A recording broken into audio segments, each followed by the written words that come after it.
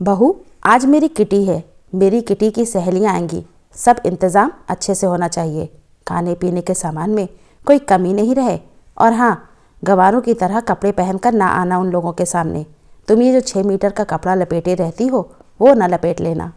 तुम साड़ी पहनकर उन लोगों के सामने नहीं आओगी। उन लोगों की बहुएं मॉडर्न कपड़े पहनती हैं और अगर तुम साड़ी लपेट कर आ जाओगी तो वो लोग मेरा मजाक उड़ाएंगी। इसलिए तुम भी मेरी सहेलियों के सामने मॉडर्न कपड़े ही पहन कर आना।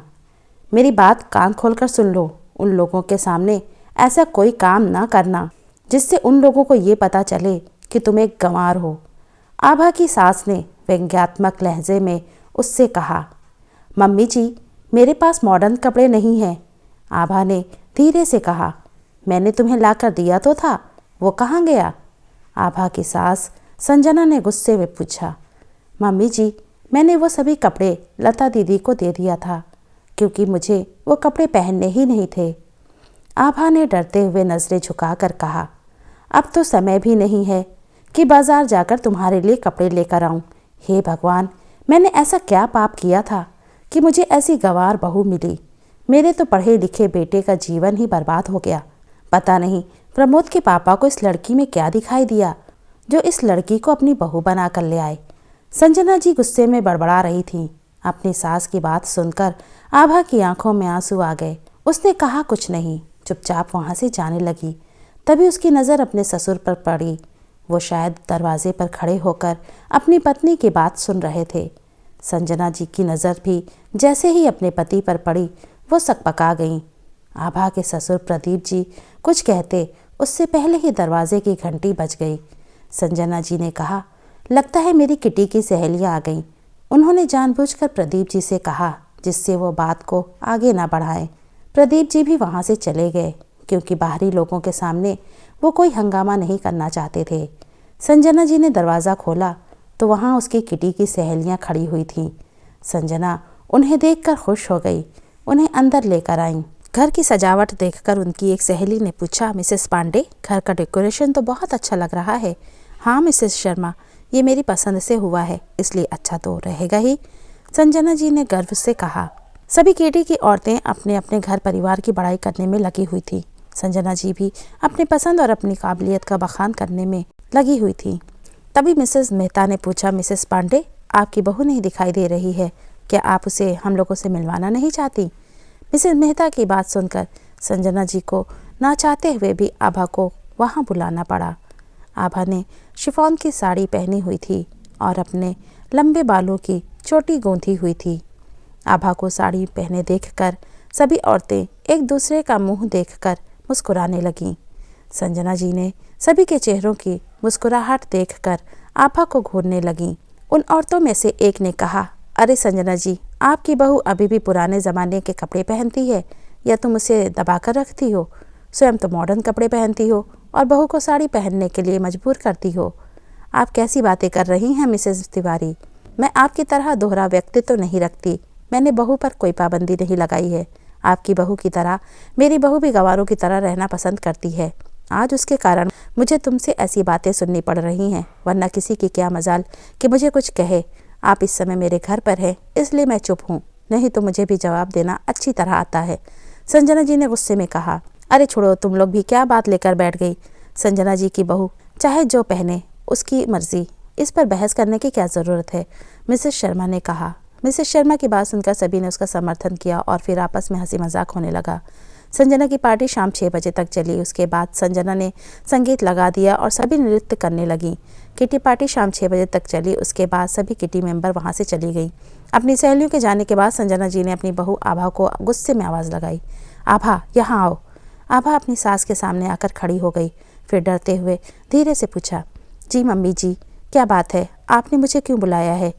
तुमने कसम खा ली है क्या कि मेरी लोगों के सामने बेइज्जती करवाती रहोगी? संजना जी ने गुस्से में दांत पीसते हुए पूछा। मम्मी जी, मैंने आपकी बेइज्जती कहाँ की? मैंने तो आपकी सहेलियों के सामने कुछ कहा भी नहीं, तब आप ऐसा क्यों कह रही हैं? आभा ने धीरे से डरते हुए पूछा। इतनी भोली बनने की ज़रूरत नहीं है। तुम्हारे पहनावे को देखकर मेरी सहेलियों ने मेरा कितना मजाक उड़ाया तुम्हें पता भी है, और तुम कह रही हो कि तुमने कुछ किया ही नहीं, संजना जी ने चिल्लाते हुए कहा। मम्मी जी, साड़ी पहनने से आपकी बेइज्जती हुई, ये बात मेरी समझ में नहीं आई। मुझे साड़ी पहनना पसंद है। मैं अपनी भारतीय संस्कृति को पसंद करती हूँ। मुझे पाश्चात्य संस्कृति का पहनावा नहीं पसंद है, आभा ने परेशान लहजे में कहा। तुम मम्मी से जबान लड़ा रही हो? उसके पति प्रमोद ने घर के अंदर आते हुए कहा। मैंने तो ऐसा कुछ नहीं कहा, मैं तो मम्मी जी से इतना कह रही थी कि। आभा की बात को काटते हुए प्रमोद ने कहा, चुप करो, वैसे तो बहुत संस्कारी बनती हो और जब बड़ों को जवाब देती हो तो तुम्हारा संस्कार कहाँ चला जाता है। प्रमोद की बात सुनकर आभा की आंखों में आंसू आ गए। आभा के आंसू देखकर संजना जी ने कहा, फिर शुरू हो गया इसका तिरिया चरित्र। तुम माँ बेटे हमेशा आभा का अपमान क्यों करते रहते हो? मैंने तुम लोगों को कितनी बार समझाया है कि अपनी हरकतों से बाज आओ, वरना मुझसे बुरा कोई नहीं होगा। आभा गंवार नहीं है, पढ़े लिखे गंवार तुम दोनों हो। मैंने जानबूझकर आभा को अपनी बहू बनाया है, जिससे मेरी आने वाली पीढ़ियों को भारतीय सभ्यता, संस्कृति और संस्कारों का ज्ञान हो सके। तुम दोनों ने तो अपनी भारतीय संस्कृति को ताक पर रख दिया है।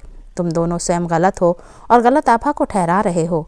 आज के बाद अगर तुम दोनों ने आभा का अपमान किया तो मुझसे बुरा कोई नहीं होगा, आभा के ससुर प्रदीप जी ने गुस्से में कहा और वहां से चले गए। प्रमोद और संजना जी ने जलती निगाहों से आभा को देखा और वो लोग भी वहां से चले गए। आभा आंखों में आंसू लेकर वहीं खड़ी रही। उसकी समझ में नहीं आ रहा था कि उसकी गलती क्या है जो उसकी सास और पति उससे नाराज रहते हैं। यही सोचते हुए आभा रसोई घर में चली गई। आभा कहाँ हो, यहाँ आओ। प्रमोद ने आभा को आवाज लगाई। आभा दौड़ती हुई आई। क्या बात है, आपने मुझे क्यों बुलाया है? आभा ने पूछा। कल मैं अपनी तरक्की के उपलक्ष्य में एक पार्टी दे रहा हूँ। वहाँ बहुत बड़े बड़े लोग आएंगे, विदेशी लोग भी वहाँ होंगे। पार्टी 5 स्टार होटल में है, वहाँ तुम्हारा रहना आवश्यक है, इसलिए तुम्हें भी वहाँ चलना है। पर तुम वहाँ साड़ी पहनकर नहीं चलोगी। वहाँ पहनकर जाने के लिए मैं तुम्हारे लिए ये ड्रेस लाया हूँ, तुम्हें वही पहनकर चलना होगा। प्रमोद ने आभा को एक पैकेट देते हुए कहा। आभा ने वो पैकेट अपने हाथ में लिया और उसे खोलने लगी। तभी फ़ोन की घंटी बज उठी। सबका ध्यान उधर चला गया। आभा ने पैकेट रख दिया और फ़ोन उठाया। उधर से उसकी माँ की आवाज़ आई। कह रही थी कि तुम्हारे पापा की तबीयत ख़राब है, वो तुमसे मिलना चाहते हैं। अपनी माँ की बात सुनकर आभा घबरा गई और उसने अपनी सास को अपने पिता की तबीयत के बारे में बताया और कहा कि वो अपने मायके जाना चाहती है। संजना जी उसे मना करती उससे पहले ही प्रदीप जी ने कहा, आभा इसमें पूछने की क्या बात है, तुम जाओ, तुम्हारे पापा तुमसे मिलना चाहते हैं। अपने ससुर की बात सुनकर आभा अपने मायके जाने की तैयारी करने लगी। उसका मायका उसी शहर में था। उसने प्रमोद से कहा कि वो कल पार्टी में जाने से पहले यहाँ आ जाएगी। उसके बाद आभा अपने मायके जाने के लिए निकल गई। अपने माता पिता से मिलने के बाद आभा बहुत खुश हुई। आभा को देखकर उसके पापा की तबीयत में सुधार होने लगा। आभा भी अपने माता पिता के पास आकर बहुत सुकून और शांति महसूस कर रही थी। दूसरे दिन आभा के पापा की तबीयत कुछ ठीक थी। आभा ने प्रमोद को फ़ोन करके कहा कि वो सीधे होटल आ जाएगी। प्रमोद ने कहा कि तुम ड्राइवर के साथ होटल आ जाना और वही ड्रेस पहन कर आना जो मैंने तुम्हें कल ला कर दिया था। आभा अपने पापा को डॉक्टर को दिखाने के बाद अपनी ससुराल चली गई। घर में कोई नहीं था, सब लोग होटल जा चुके थे। आभा भी तैयार होने के लिए अपने कमरे में गई। उसने जब अपनी ड्रेस देखी तो वो चौंक गई। वो एक गाउन था जो बैकलेस था। आभा ने उसे बेड पर फेंक दिया और अपनी अलमारी से एक कांजीवरम की साड़ी निकाली। साड़ी क्रीम कलर की थी और उसका बॉर्डर मैरून रंग का था। आभा ने वही साड़ी पहनी, अपने लंबे बालों को ढीला जूड़ा बनाया, गले में मैरून रंग का जड़ाऊ हार और हाथों में जड़ाऊ कंगन पहने, माथे पर मैरून रंग की बड़ी सी बिंदी और होठों पर मैरून रंग की लिपस्टिक लगाई। जब आभा ने तैयार होकर स्वयं को शीशे में देखा तो स्वयं को देखकर शर्मा गई। तभी उसका फ़ोन बज उठा। आभा ने फ़ोन उठाया। फ़ोन प्रमोद का था। कहाँ हो, कब तक होटल पहुँच रही हो? प्रमोद ने गुस्से में पूछा। मैं तैयार हो गई हूँ, अब घर से निकल रही हूँ, मुझे होटल पहुँचने में ज़्यादा समय नहीं लगेगा, आभा ने कहा। आभा फ़ोन रखने के बाद होटल के लिए निकल पड़ी। कुछ समय बाद उसकी कार सड़क पर दौड़ने लगी। थोड़ी देर बाद ही कार होटल के कंपाउंड में खड़ी हुई थी। कार से उतरकर आभा सीधे अंदर पहुंची। वहां सभी लोग आ गए थे। जैसे ही प्रमोद की नज़र आभा पर पड़ी, उसके चेहरे पर क्रोध के भाव दिखाई देने लगे। संजना जी भी वहां आ गई और फुसफुसा कर बोली, तुम्हें हमारी बेइज्जती करवाने में इतना मज़ा क्यों आता है? अब सभी लोग मेरे बेटे का मजाक उड़ाएंगे, कहेंगे कहाँ की गवार आ गई है। तभी विदेश से आए हुए व्यक्तियों ने पूछा, मिस्टर प्रमोद, आपकी वाइफ अभी तक नहीं आई, कहाँ रह गई हैं? यहाँ मेरी वाइफ माहिरा उनसे मिलने के लिए बहुत एक्साइटेड है। प्रमोद ने अपने चेहरे पर नकली मुस्कुराहट लाते हुए कहा, मिस्टर जॉन, ये है मेरी पत्नी मिसेस आभा। वाओ, इंडियन ब्यूटी, आपकी पत्नी तो बहुत ही सुंदर है मिस्टर प्रमोद, माहिरा ने कहा। पार्टी के सभी लोग आभा के आसपास इकट्ठे हो गए और आभा की साड़ी, उसके पहनावे और श्रृंगार की प्रशंसा करने लगे। तभी एक महिला ने संजना जी से कहा, संजना जी, आपने आज तक अपनी बहू से हमें नहीं मिलवाया। आज पता चला कि आपने उसे हमसे क्यों नहीं मिलवाया। वो इतनी सुंदर है, कहीं हमारी नज़र न लग जाए। संजना जी उस महिला की बात सुनकर गर्व से मुस्कुरा उठी। वहाँ उपस्थित सभी लोग आभा की तारीफ करते रहे। तभी वहाँ शहर के मेयर मिस्टर संदीप आ गए। बातचीत के दौरान जब उन्हें पता चला कि आभा ने अंग्रेजी में पीएचडी किया है तो उन्होंने खुश होकर आभा के ससुर प्रदीप जी से कहा, प्रदीप, तुमने कभी बताया नहीं कि तुम्हारी बहू अंग्रेजी में पीएचडी है। मुझे अपने कॉलेज के लिए एक इंग्लिश लेक्चरर की आवश्यकता है। क्या आभा बेटी मेरे कॉलेज में लेक्चरर की जॉब करेगी? मेयर साहब की बात सुनकर आभा के चेहरे पर आश्चर्य मिश्रित खुशी दिखाई देने लगी। मेयर साहब की बात सुनकर संजना और प्रमोद के चेहरे पर भी गर्व की मुस्कुराहट फैल गई। तभी वहां प्रदीप जी आ गए और उन्होंने व्यंग्य भरी आवाज़ में कहा, क्या हुआ संजना, आज तुम्हारे चेहरे पर आभा के लिए गुस्सा और नफरत नहीं दिखाई दे रही है? और प्रमोद, तुम्हें आज आभा एक गंवार नहीं लग रही है? आज ये चमत्कार कैसे हो गया? अपने पिता की बात सुनकर प्रमोद ने शर्म से अपनी नज़रें झुका ली और संजना के चेहरे पर भी शर्मिंदगी के भाव दिखाई देने लगे। मुझे माफ़ कर दो आभा। आभा बेटा, हम लोगों के चेहरे पर पाश्चात्य संस्कृति का पर्दा पड़ा हुआ था जो आज उतर गया। हमें तुम पर नाज है और मैं भी खुश हूँ कि प्रमोद के लिए उसके पापा ने इतनी सुंदर और संस्कारी लड़की ढूंढी। संजना जी ने हंसते हुए आभा से कहा। प्रमोद बहुत प्यार से आभा को देख रहा था।